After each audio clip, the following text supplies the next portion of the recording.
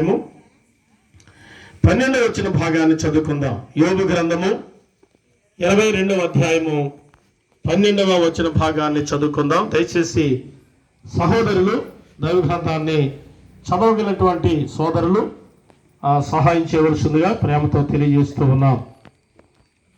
యోబు గ్రంథము 22వ అధ్యాయం 12వ వచనం.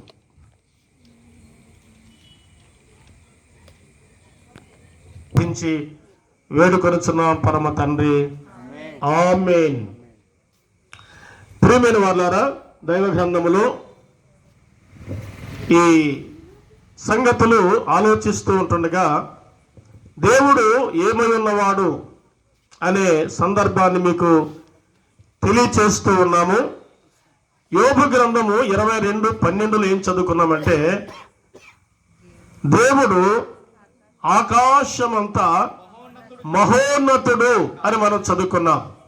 చెప్పండి, దేవుడు ఎలాంటి వాడు? ఆకాశమంతా మహోన్నతుడు అంటే అర్థం ఏమంటే, ఆకాశం ఎంత ఉంది?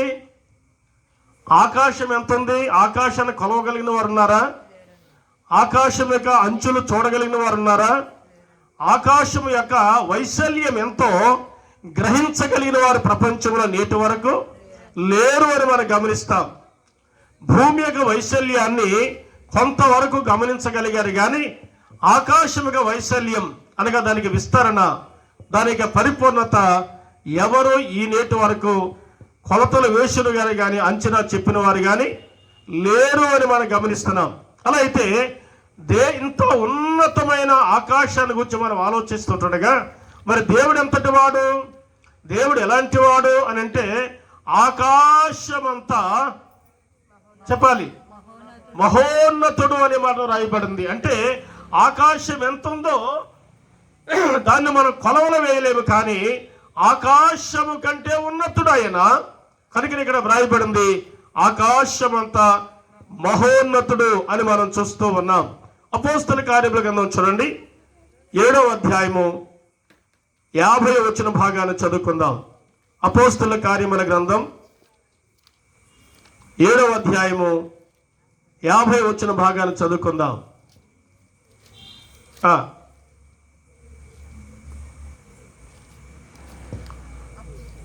ఆకాశము నా సింహాసనము, ఆకాశము నా సింహాసనము, భూమి నా పాదపీఠము అన్నాడు. చూడండి, దేవుడు ఎంత గొప్పవాడు, దేవుడు ఎంత ఉన్నతమైన వాడు అని అంటే, ఆకాశము నా సింహాసనము, భూమి నా పాదపీఠం అంటున్నాడు. అంటే అర్థం ఏమంటే, దేవుడు ఎంత గొప్పవాడు, ఎంత ఉన్నతుడు, ఎంత మహోన్నతుడు అని అంటే, ఆకాశం ఆయన కూర్చోటానికి సరిపోయినటువంటి సింహాసనము, భూమి ఆయన కాలు పెట్టుకునే పీఠము వంటిది అన్నాడు. బా, ఎంత గొప్ప దేవుడో చూడండి. అనగా ఆకాశం ఆయన కూర్చోడానికి సరిపోయింది, భూమి ఆయన కాలు పెట్టుకోవడానికి సరిపోయింది అన్నాడు. అంటే అంత ఉన్నతమైన వాడు, అంత మహోన్నతుడు, అంత శక్తి గలవాడని పరిశుద్ధ లేఖన భాగము తెలియచేస్తూ ఉంది. ప్రియులారా, మరొక మాట చదువుకుందామా? చూడండి, దినవృత్తాంతముల 2వ గ్రంథం, దినవృత్తాంతముల 2వ గ్రంథం 6వ అధ్యాయము 18వ వచ్చిన భాగాన్ని చదువుకుందాం. 6వ అధ్యాయము 18వ వచ్చిన భాగాన్ని చదువుకుందాం. ఏమంటుంది అక్కడ వాక్యం చెప్తుందో చూడండి. దినవృత్తాంతముల 2వ గ్రంథము 6వ అధ్యాయము 18వ వచనం. మనుషులతో కలిసి దేవుడు భూమి యందు నివాసము చేయున, మనుషులతో కలిసి దేవుడు భూమి యందు నివాసము చేయదగునా, చేయగలనా? ఆకాశమును ఆకాశమును మహాకాశమును నిన్ను పట్టజాలవు అన్నాడు. అమ్మా, మీకు అర్థమైందా? దేవుడు ఎలాంటి వాడంట?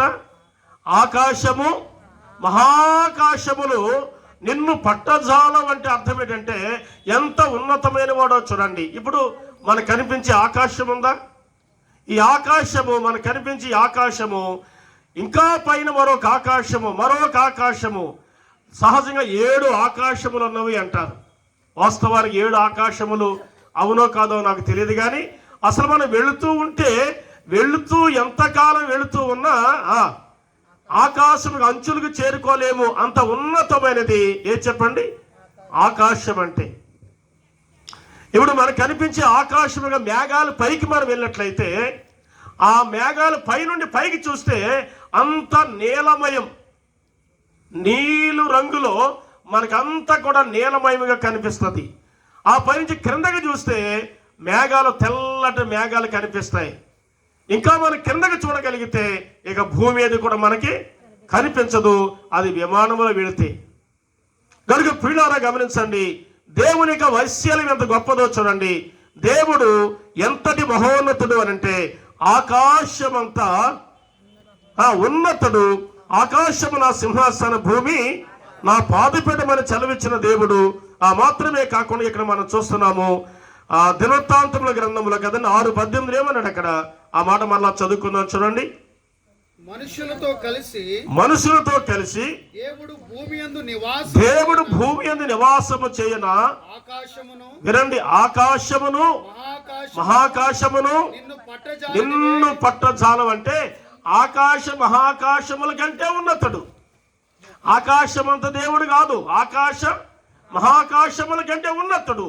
ఇంత ఉన్నతమైన దేవుడు ఇదిగో బైబిల్లో ఉన్నటువంటి దేవుడు. అయితే దేవుడు అనగా అర్థం ఏమంటే నేను 5 విషయాలు మీకు చెప్పబోతా ఉన్నాను. మొదటి మాట ఏంటంటే దేవుడు అనగా సృష్టికర్త. చెప్పండి, దేవుడు అనగా సృష్టికర్త. ఈవేళ మానవుడు దేవుడు అని చెప్పుకుంటా ఉన్నాడు. ఆయన సృష్టిలో అతను ఒక మనుషుడు మాత్రమే, కానీ సృష్టికర్త కానే కాదు. మనుషుడు మనుషుడే కానీ మనుషుడు దేవుడు కాలేడు. దేవుడు అయితే ఈ సర్వ సృష్టిని కలుగు చేసిన వాడై ఉండాలి. కనుక దేవుడు అంటే సృష్టికర్తని పరిశుద్ధ గ్రంథం తెలియజేస్తా ఉంది. చూడండి, ఆదికాండం 1వ అధ్యాయము 1వ వచనం చదువుకుందాం. ఆదికాండం 1వ అధ్యాయము 1వ వచనం చదువుకుందాం. ఆదియందు దేవుడు భూమి ఆకాశములు సృజించెను. ఏం చేశాడంట దేవుడు? ఆదియందు దేవుడు భూమిని ఆకాశమును కలుగు చేసేలాగా సృజించిన వాడు గమనిస్తున్నాం. కాబట్టి దేవుడు ఏం చేసేవాడంటే దేవుడు అనగా సృష్టికర్తని వ్రాయబడింది. సృష్టికర్తని వ్రాయబడింది కనుక దయచేసి వినండి. దేవుడు ఏం చేసేవాడంటే భూమిని ఆకాశమును కలుగజేసెను అని వ్రాయబడింది. ఇంకొక మాట చదువుకుందాం చూడండి. యోహాను సువార్త 1వ అధ్యాయము 2వ వచనం. యోహాను సువార్త 1వ అధ్యాయము 2వ వచనం చూడండి ఏమంటుంది. వాక్యం చెప్పే మాట ఏమో చూడండి. ఆయన ఆదియందు దేవుని యొద్ద ఉండెను, సమస్తమును ఆయన మూలముగా కలిగెను, కలిగి ఉన్నది ఏది ఆయన లేకుండా కలగలేదు. చూడండి, ఆకాశము గాని భూమి గాని భూమి ఎందున్న మరి సమస్త వనరులు గాని జలములు గాని వాయువు గాని ప్రకృతిలో ఉన్నటువంటి అనేక వృక్షములు పక్షులు పశువులు గాని ఈయన లేకుండా ఏదియు కలుగలేదు అన్నాడు. ఆయన లేకుండా ఏదియు కలుగలేదు అనే మంచి మాట మనం చూస్తా ఉన్నాం. కాబట్టి దేవుడు ఆకాశమును కలుగు చేసిన వాడు, ఆ భూమిని కలుగు చేసిన వాడు, మన కంటికి కనిపించే సమస్త సృష్టిని కలుగు చేసిన వాడిని మనం చూస్తున్నాము. కొలస్సీ పత్రిక 1:16 చదువుకుందామండి. కొలస్సీ పత్రిక 1వ అధ్యాయము 16వ వచన భాగాన్ని కూడా చదువుకుందాం. ఏమి వ్రాయబడిందో చూడండి. అక్కడ కూడా ఎలయనగా ఆకాశమందున్నవియు భూమి అందున్నవియు దృశ్యమైనవి గాని అదృశ్యమైనవి గాని అవి సింహాసనములైనను ప్రభుత్వములైనను ప్రధానులైనను అధికారులైనను సర్వమును ఆయన యందు సృజింపబడెను. ఏమని రాయబడింది ఇక్కడ? ఏమని రాయబడింది? ఆకాశమందున్నవియు భూమి అందున్నవియు సింహాసనములైనను ప్రభుత్వములైనను అధికారములైనను ఆయనను బట్టి ఆయన ద్వారా సృజింపబడెను అన్నాడు. కాబట్టి ఆయనను బట్టే ఈ సర్వ సృష్టి నిర్మాణం చేయబడింది. కనుక దేవుడు అంటే అర్థం ఏంటంటే సృష్టికర్త. ఎబ్రీ పత్రిక 4వ అధ్యాయము 4వ వచనం చదువుకుందాం. ఎబ్రీ పత్రిక 4వ అధ్యాయము 4వ వచనం చదువుకుందాం. మరియు దేవుడు ఏడవ దినమందు తన కార్యములన్నిటిని ముగించి విశ్రమించెను. ఏడవ దినమును గూర్చి చాలండి. తన కార్యములంటే అర్థమేమి? భూమిని సృజించిన వాడు, ఆకాశాన్ని కలుగు చేసిన వాడు, సూర్య చంద్ర నక్షత్రాలను చేసిన వాడు మాత్రమే సర్వ సృష్టిని చేసి మానవుడు కూడా నిర్మాణం చేసి అన్ని దినములలో ఆయన చేయవలసిందంతా చేసి ఆయన విశ్రమించెను అన్నాడు. అందుచేత పిల్లారా, 6 దినాల్లో దేవుడు సృష్టిని కలుగు చేశాడు. ఆయన 7వ దినమున విశ్రమించెనని మాట వ్రాయబడింది. కనుకనే దేవుడు ఏమై ఉన్నవాడు అంటే చెప్పండి, ఆయన సృష్టి కర్త అయి ఉన్నవాడు. సృష్టికర్త అంటే ఈ సర్వ సృష్టిని కలుగా చేసినవాడు అని అర్థం. కలుగు చేసినవాడు అనే మాట మనం గుర్తు పెట్టుకుందాం.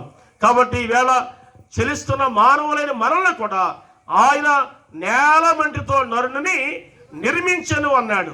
అతని నాసికా రంధ్రాల్లో జీవవాయువు రోదగా నరుడు జీవాత్మయ్యాడు అన్నాడు. అందుచేత మానవ నిర్మాణం చేసిన వాడు కూడా ఆయనే. ఆయన లేకుండా సృష్టి లేదు.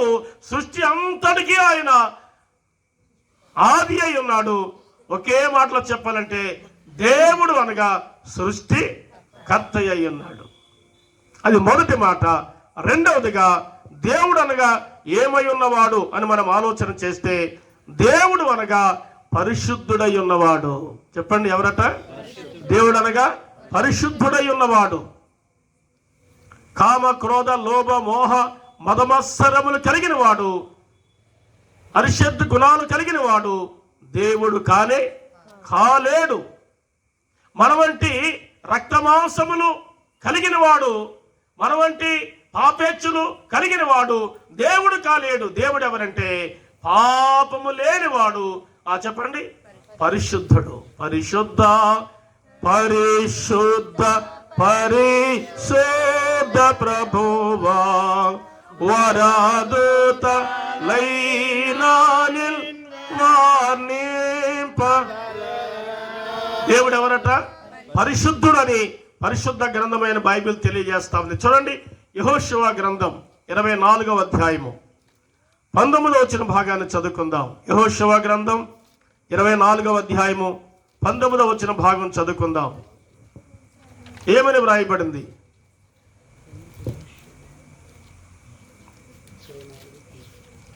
యెహోషువ గ్రంథం 24వ అధ్యాయం 19వ వచనం. అందుకు యెహోషువ యెహోవా పరిశుద్ధ దేవుడు. దేవుడు ఎవరటండి? యెహోవా పరిశుద్ధ దేవుడు అని వ్రాయబడింది. దేవుడు ఎవరటండి? పరిశుద్ధుడై ఉన్న దేవుడు అన్నాడు.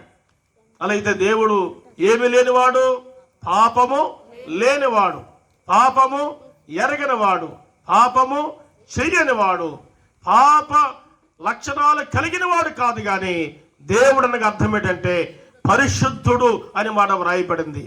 ఎబ్రీ పత్రిక 7వ అధ్యాయములో 26వ వచనం చెప్పే మాట చూడండి.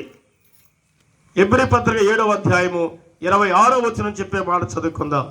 అందరూ తీసుకోండి, దైవ గ్రంథాన్ని చదవండి, దేవునికి కూర్చున్నటువంటి సత్యాలు గ్రహించండి. యేసుక్రీస్తును గురించి ఇలా రాయబడింది, పవిత్రుడును, ఇంకెవరటండి? నిర్దోషియు, నిష్కల్మషుడును, పాపులలో చేరక ప్రత్యేకముగా ఉన్నవాడు. దేవుడు అంటే ఎవరై ఉన్నాడు చెప్పండి? పాపులలో చేరక ప్రత్యేకముగా ఉన్నవాడు అని వ్రాయబడింది. దేవుడు పరిశుద్ధుడు, పాపము లేనివాడు. దయచేసి వినండి, ఆయన సూది మనము మోపినంత పాపము కూడా లేని పుణ్యమూర్తి, పరిశుద్ధుడు అని మనం గమనిస్తున్నాం. ఆయనలో పాపము ఏమాత్రమును లేనివాడు అని మనం గమనించాలి. చూడండి, పేతురు రాసిన మొదటి పత్రిక, మొదటి అధ్యాయము 14వ వచనాన్ని మనం చదువుకుందాం. పేతురు మొదటి పత్రిక మొదటి అధ్యాయము 14వ వచన భాగాన్ని చదువుకుందాం. నేను పరిశుద్ధునై ఉన్నాను గనుక మీరును పరిశుద్ధులై ఉండుడి. దేవుడు చెప్పే మంచి మాట ఏంటంటే, నేను పరిశుద్ధునై ఉన్నాను కనుక మీరు కూడా ఎలా ఉండాలి, పరిశుద్ధులై ఉండాలి అన్నాడు. కనుక పిల్లరా, దేవుడు ఎవరు అంటే రెండవ మాట చెప్పండి, ఆయన పరిశుద్ధుడైన దేవుడు, పాపము లేని దేవుడు, పుణ్యమూర్తి అయిన దేవుడు, సూది మనము మోపినంత పాపము కూడా లేని మహాపరిశుద్ధులైన దేవుడు అని లేఖన భాగంలో మనం గమనిస్తూ ఉన్నాం. కనుకనే రెండవ మాట మనం చూస్తా ఉన్నాం. దేవుడు ఎవరు అంటే చెప్పండి, పరిశుద్ధుడైన దేవుడు. మరి మానవుల లాంటి వారు, మానవుడు పాపాత్ముడు కదండి.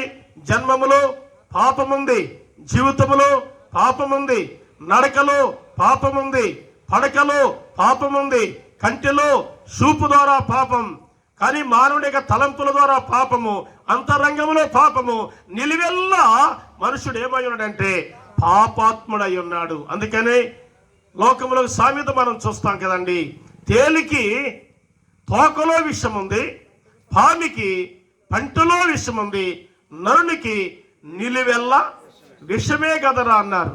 కాబట్టి విషం అంటే అర్థం ఏంటంటే పాపం.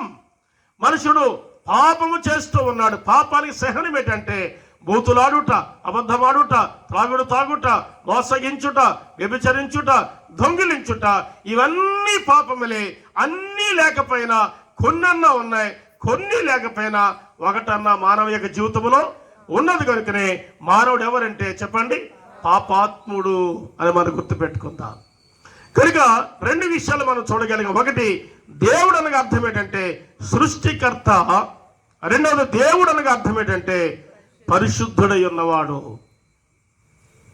అందరూ గమనించవలసిన విషయం ఏంటంటే దేవుడు దేవుడే గాని మానవుడు దేవుడు కాలేడు. మానవుడు మానవుడే గాని దేవుడు కాలేడు. దేవుడు మానవుడు అవ్వగలడేమో గాని మనుషుడు ఎన్నడూ దేవుడు కాలేడని మనం గుర్తు పెట్టుకుందాం. ఇక మూడో మాట చూద్దాం. చూడండి, పరిశుద్ధ లేఖన భాగంలో మనం చూడగలిగితే దేవుడు అనగా పోషించేవాడు. చెప్పండి, పోషించేవాడు. ఈ సర్వ సృష్టిలో ఆకాశం ఎగిరే పక్షులు ఉన్నాయి, నేల ప్రాకే పురుగులు ఉన్నాయి, ఈ భూమి మీద సంచరించే చతుష్పాద జంతువులు ఉన్నాయి కదండి. మనుషులు, పలు విధాలైనటువంటి జీవరాశులు కొలలుగా ప్రపంచంలో ఉండగా ఈ జీవులన్నిటిని కూడా చెప్పండి ఆయన పోషించేవాడు అని పరిశుద్ధ లేఖన భాగంలో మనం చూస్తూ ఉన్నాం. చూస్తారా? చూడండి, దైవగణంలాగా రాయబడి ఉంది. 145వ కీర్తన 15వ చరణం చదువుతారు. 145వ కీర్తన 15వ చరణం చదువుతారు. చూడండి ఏం చెప్తా ఉంది దీని వాక్యం, మనం ఆలోచన చేద్దాం. ఏమంటున్నాడు? 145వ కీర్తన 15వ చరణం. సర్వ జీవుల కన్నులు, చూసారా? సర్వ జీవుల కన్నులు నీ వైపు చూచుచున్నవి. తగిన కాలమందు నీవు వాటికి ఆహారము ఇచ్చుచున్నావు అన్నాడు. ఏ జీవులటివి? సర్వ జీవులు. ఎగిరే పక్షులేమి, ప్రాకే పురుగులేమి కదండి, చతుష్పాద జంతువులేమి, మనుషులేమి, సర్వజీవులు కూడా దేవుని వైపు చూస్తున్నాయటండి. తగిన కాలములో ప్రతి వాడికి ఆయన ఏమిస్తున్నాడు? ఆహారం ఇస్తా ఉన్నాడు. నీటిలో సంచరించేటువంటి జలసరాలు కదా, ఆకాశంలో ఎగిరే పక్షులు, భూమి మీద సంచరించే కదండి అనేక రకాలైనటువంటి జీవరాశులు, ఆకాశంలో ఎగిరే పక్షులు కూడా, ఇవన్నిటికీ కూడా తగిన కాలములో, ఏ కాలం అంటది? తగిన కాలములో వాటికి ఆహారము ఇచ్చుచున్నావు అన్నాడు. అలా అయితే దేవుడు సర్వ జీవులను చెప్పండి పోషించేవాడు అనే మాట రాయబడి ఉంది. ఆదికాండము 48వ అధ్యాయము, ఆదికాండం 48వ అధ్యాయము 15వ వచనాన్ని చదువుకుందాం. ఆదికాండం 48వ అధ్యాయము 15వ వచనాన్ని చదువుకుందాం. ఏం రాయబడింది అక్కడ? అందరూ తీసుకోవాలి. దైవ గ్రంథంలో నేను చెప్పే మాటలు ఉన్నావా లేదా చూడాలి. దైవ సంకల్పంలో దేవుడు ఎంత గొప్పవాడు ఎరగాలి. దాని కొరకే దేవుని వాక్యాన్ని తెరిచి చూడాలి. చదువుతారా? అతడు యోసేపును దీవించి నా పితరులైన అబ్రహాము ఇస్సాకులు ఎవని ఎదుట నడుచుచుంటారో ఆ దేవుడు నేను పుట్టినది మొదలుకొని నేటి వరకు ఎవడు నన్ను పోషించునో ఆ దేవుడు. ఇక్కడ యాకోబు అన్నాడు, నేను పుట్టినది మొదలుకొని నేటి వరకు ఎవరు నన్ను పోషించునో. అలాగైతే దేవుడు ఏం చేసేవాడు? పోషించేవాడు. మనం అనుకుంటాం నా ఉద్యోగము, నా వ్యాపారము, నా వ్యవసాయము, నా సాంపాద్యం, నాకున్నటువంటి ఆస్తిని మార్చుకుని నేను జీవించగలుగుతుంటే దేవుడు పోషించడం ఏంటని ఒకవేళ మనం అనుకొనవచ్చు. పిల్లరా గమనించండి, అవన్నీ దేవుడిచ్చినవే. ఒకవేళ దేవుడు అన్నీ ఇచ్చిన తినటానికి సెలవు కూడా ఎవరు ఇవ్వాలంట? దేవుడే ఇవ్వాలంట. చూస్తారా? ప్రసంగి గ్రంథము 2వ అధ్యాయము 25వ వచనం. ప్రసంగి గ్రంథము 2వ అధ్యాయము 25వ వచనం. ఆయన సెలవు లేక, చూడండి ఎంత మంచి మాట. ఆయన సెలవు లేక భోజనము చేసి సంతోషించుట ఎవరికి సాధ్యము అన్నాడు. ఎవరికి సాధ్యం అంటే అర్థమేమి? ఆయన సెలవు లేకుండా ఎవరు కూడా ఈ భూమి మీద జీవరాశులేమి కదండి, మానవులేమి, జీవించే జీవ ప్రాణి కోటి ఎవరు కూడా ఆయన సెలవు లేకుండా ఆ ఆహారము తిని ఉండుట ఎవరికి సాధ్యపడదు అని చెప్పాడు. ఒకవేళ అన్నీ కలిగి ఉండొచ్చు, ఆయన ఆహారము తినటానికి కూడా దేవుడు మనకేమి ఇవ్వాలంటే అనుమతి ఇవ్వాలి. ఆయన అనుమతి ఇవ్వకుండా ఈ భూమి మీద ఎవరు కూడా ఆహారాన్ని పొందలేరు అనే మాట గమనిస్తున్నాము. కనుకనే దేవుడు ఏమై ఉన్నవాడు? 3వ మాట మనం గమనిస్తున్నాము.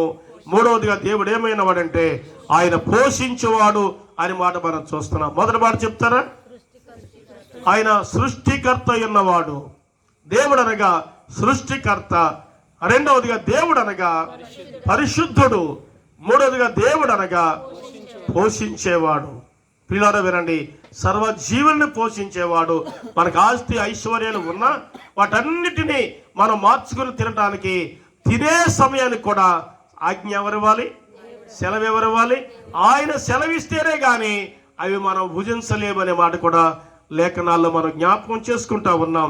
కనుక 3వ మాట మనము లేఖనాల్లో జ్ఞాపకం చేసుకోగలుగుతున్నామంటే దేవుడు సన్నిధిలో, దేవుని యొక్క సాన్నిధ్యములో దేవుడు ఏమై ఉన్నాడో మనం గమనిస్తున్నాము. 4వ మాట కూడా చూద్దాం. చూడండి, 4వదిగా మనం గమనించినట్లయితే దేవుడు ఏమై ఉన్నవాడు అంటే దేవుడు సమస్త మానవులను కాపాడేవాడు. చెప్పండి, సమస్త మానవులను కాపాడేవాడే దేవుడు అనే మాట గమనిస్తా ఉన్నాం. చూతారా? ఆదికాండం 28వ అధ్యాయము 15వ వచనం. ఆదికాండము 28వ అధ్యాయము 15వ వచనం.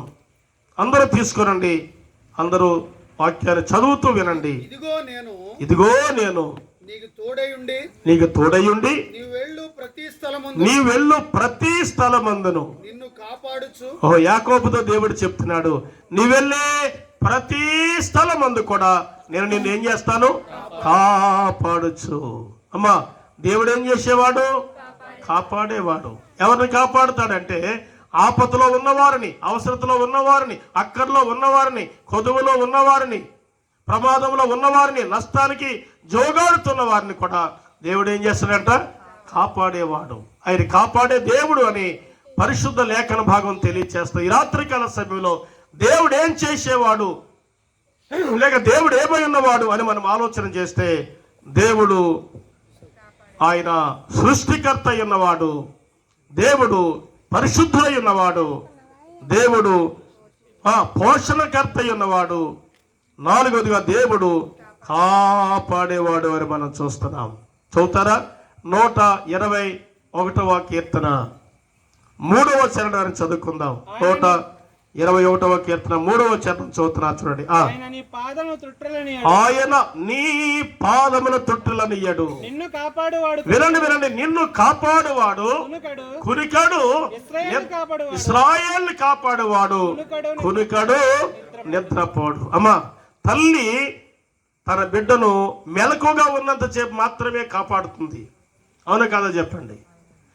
మెలకుగా ఉన్నంతసేపు కాపాడగలదు, కానీ నిద్రపోయిన తర్వాత తల్లి తన ప్రక్కన ఉన్నటువంటి తన కుమారుడు ఏమై ఉన్నాడో అవేమీ కూడా గమనించలేదు.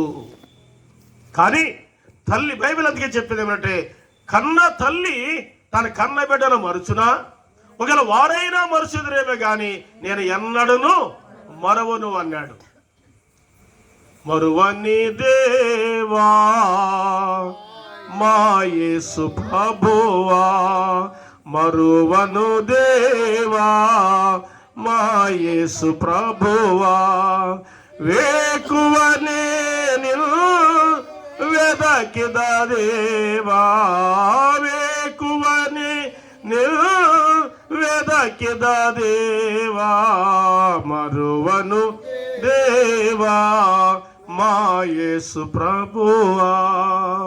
అగణిత పాపిని అగ్నిపాత్రుని, అగణిత పాపిని అగ్నిపాత్రుని, ఆ మరణంతో కరుణించితివే, ఆ మరణంతో కరుణించితివే, నిత్య జీవము నిండు నెమ్మది ఇచ్చిన దేవా నీకై స్తోత్రం, ఇచ్చిన దేవా నీకై స్తోత్రం, మరువను దేవా మా యేసు ప్రభువా.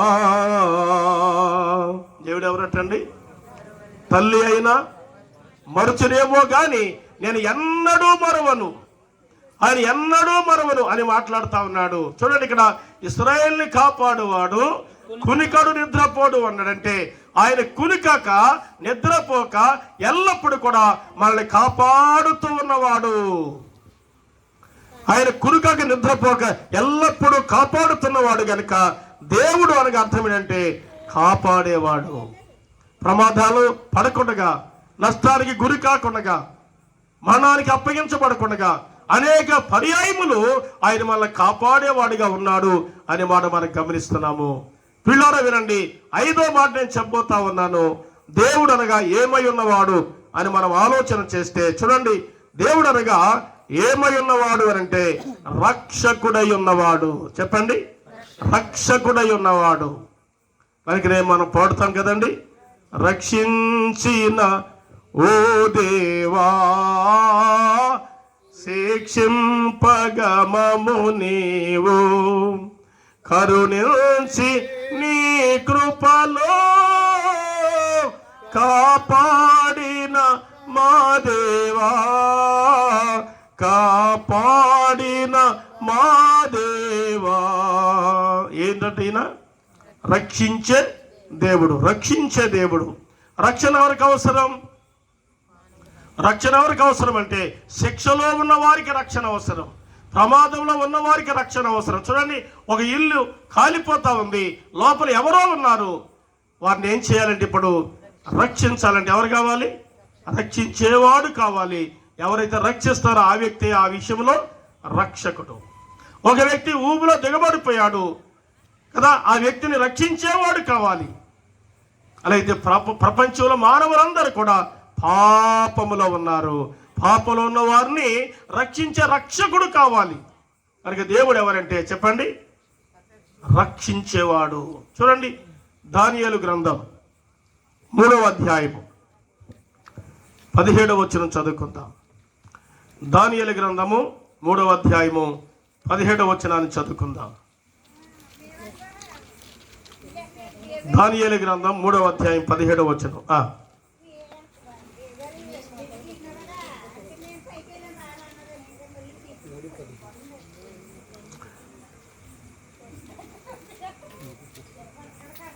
మేము సేవించుచున్న దేవుడు, మేము సేవించుచున్న దేవుడు మండుచున్న ఈ వేడిమి గల అగ్నిలో నుండి మమ్మను తప్పించి రక్షించుటకు సమర్థుడు.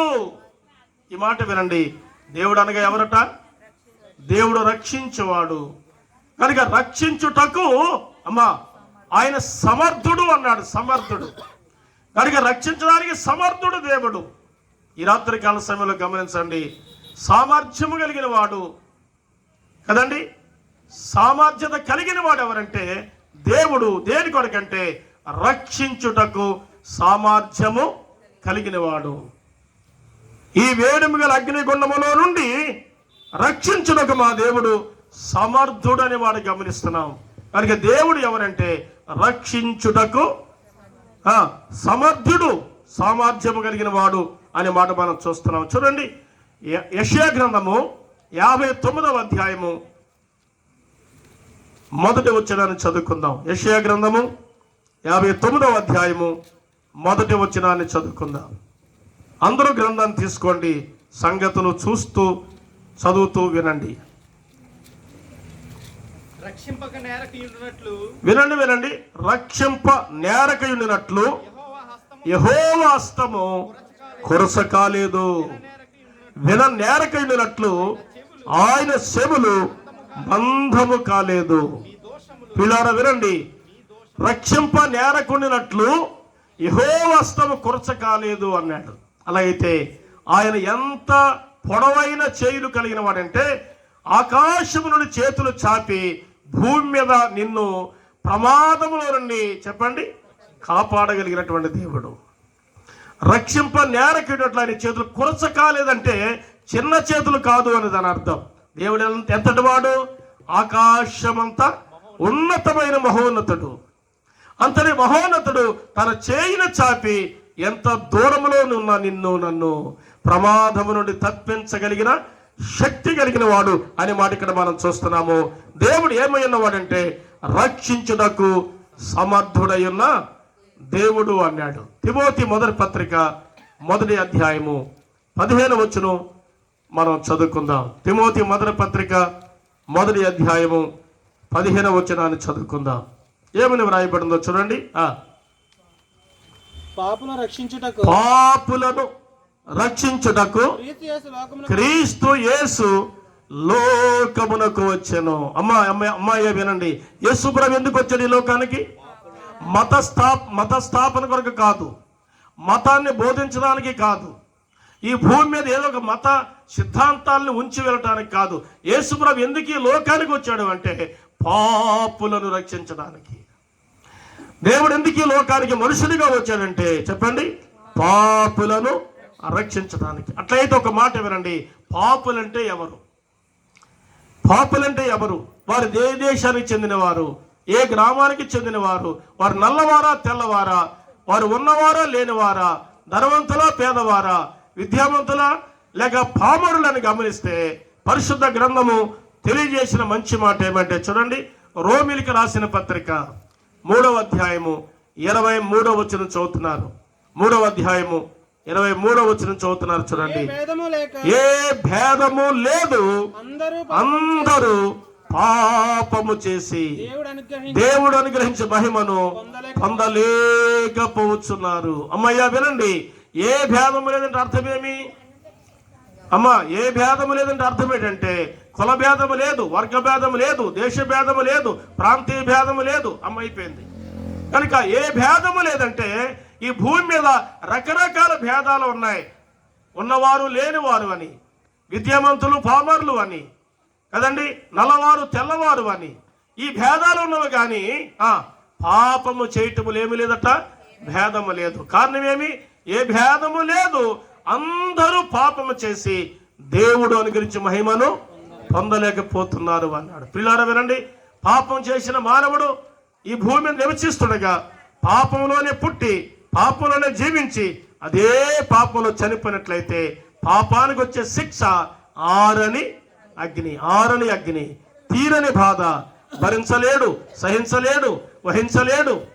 యుగయుగాలు తరతరాలు సావు లేక శాంతి లేక అయ్యో అయ్యో అని చెప్పి దివారాత్రులు మానవుడు అంగలార్చవలసిన స్థితి. కారణం ఏమంటే పాపమును బట్టి. ఒక మాట చదువుతారా చూడండి, పరిశుద్ధ లేఖన భాగములో వ్రాయబడిన మాట మనం ఇలా చదువుకుంటాం. రోమిలికి రాసిన పత్రిక 6వ అధ్యాయము 23వ వచనం చూస్తారా? 6:23 రోమిలికి రాసిన పత్రిక. అనగా వినండి, పాపము వలన వచ్చే జీతం మరణం అంటే అగ్నిగుండము. మరణం అంటే అగ్నిగుండం. పాపం వల్ల వచ్చిన జీతము మరణము, అది అగ్ని గంధకముతో మండు గుండము అన్నాడు. కనుక పిల్లరా, శరీరంలో ఉన్న మనము ఈ లోకయాత్ర ముగించినప్పుడు ఈ శరీరాన్ని విడిచిపెడతాం. శరీరం ఆత్మ నుండి వేరైపోతుంది. శరీరం అయితే ఖర్చు అయిపోతుంది, కానీ ఆత్మకు సావు లేదు. అమ్మయ్య వినండి, నేను ముగించబోతున్నాను. ఆత్మకు సావు లేదండి. ఆత్మను అగ్నిలో వేస్తే కాలదు, నీటిలో ముంచితే కదండి అది మునగదు, వాయువు దాన్ని కదిలించలేదు అన్నాడు. ఆ ఆత్మను అగ్ని అర్పజాలదు, నీరు ముంచజాలదు, వాయువు కదిలించజాలదు అన్నాడంటే ఆత్మ నిత్యం ఉండేది, ఆత్మగా నాశనము లేదు. మరి ఎక్కడికి వెళ్తుంది ఈ ఆత్మ అంటే? ఆత్మ వెళ్ళే స్థలము పాపంలోనే పుట్టి పాపంలోనే జీవించి పాపిగానే చనిపోతే పాపానికి వచ్చే శిక్ష ఆరని అగ్ని, తీరని బాధ, భరించలేని బాధాకరమైన స్థలానికి మన ఆత్మ వెళ్ళిపోవాలి. ఆ భయంకరమైన దుస్థితి నుంచి విడిపించడానికి ఏ దేవుడైతే ఉన్నాడని మనం నమ్ముచున్నాం, ఆయన యేసుక్రీస్తు అనే పేరుని లోకానికి దిగివచ్చి మనందరి పాపముల పరిహారం కొరకు కల్వరి శిలువలో తన రక్తాన్ని మన కొరకు చిందించాడు. ఆఖరికి ఒక మాట చదువుతారా? ఎబ్రీ పత్రిక 9వ అధ్యాయము 22వ వచనం. ఎబ్రీ పత్రిక 9వ అధ్యాయము 22వ వచనం. దేవుని వాక్యం చదువుకుందాం, చూడండి. ఆఖరిగా ధర్మశాస్త్ర ప్రకారము సమస్త వస్తువులు రక్తము చేత శుద్ధి చేయబడిననియు రక్తము చిందించకుండా పాప క్షమాపణ కలగ నేరదనియు సామాన్యముగా చెప్పవచ్చు అన్నాడు. యేసుక్రీస్తు ఎందుకు కలవరి శిలువలో రక్తాన్ని చిందించాడు అని అంటే, ఎందుకు ప్రాణాన్ని బలిగా సమర్పించాడు అంటే, ప్రపంచ మానవ కోటి పాప పరిహారార్థమై రక్తం చిందించబడాలని సమస్త గ్రంథాలు బోధిస్తున్న ఆ సత్యాన్ని యేసుక్రీస్తు కలవరిలో నెరవేర్చాడు. ఆయన తల మీద ముండ్ల కిరీటం పెట్టబడింది, ఎందుకంటే మన తలంపులు సరివి కాదు కనుక. ఆయన చేతుల్లో మేకలు కొట్టబడి, ఎందుకంటే మన చేతులతో చేసిన పాపమును బట్టి. ఆయన కాళ్ళలో పొడవైన మేకు దించబడింది, ఎందుకంటే మన కాళ్ళు నడకలు మంచివి కాదు కనుక. ఆయన ప్రక్కలో భళ్ళముతో పొడవబడింది, ఎందుకంటే మన ప్రక్కతో చేసిన పాపమును బట్టి. కనుక నిలువెల్ల మానవుడు చెడిపోయి ఉండగా నిలువెల్ల యేసుక్రీస్తు గాయాలు పొంది మన కొరకే చనిపోయి సమాధి చేయబడి తిరిగి లేచి ఉన్నాడు. కనుక ఈ రాత్రి చిన్న ప్రార్థన చేస్తే చాలు, యేసు ప్రభువా నా పాపమును క్షమించండి. పాపము చేస్తే వచ్చింది కాదు, చూస్తే వచ్చింది కాదు. వాస్తవంగా మనం అందరము చెప్పండి, పాపములో పుట్టిన వారు. పాపాన్ని బడి వచ్చే శిక్ష ఆరని అగ్ని, తీరని బాధ, యుగయుగాలు తరతరాలు నిత్యాగ్నికి వెళ్ళిపోవాలి. కనుక ఇట్టి దుస్థితి నుంచి విడిపించడం కొరకు యేసుక్రీస్తు ఈ రాత్రి సిద్ధంగా ఉన్నాడు. తల వంచండి, కళ్ళు మూసుకోరండి. నేను చెప్పే ఈ మాటలు మీరు చెప్పగలిగితే ఈ రాత్రి ఆత్మరక్షణ కలుగుతుంది.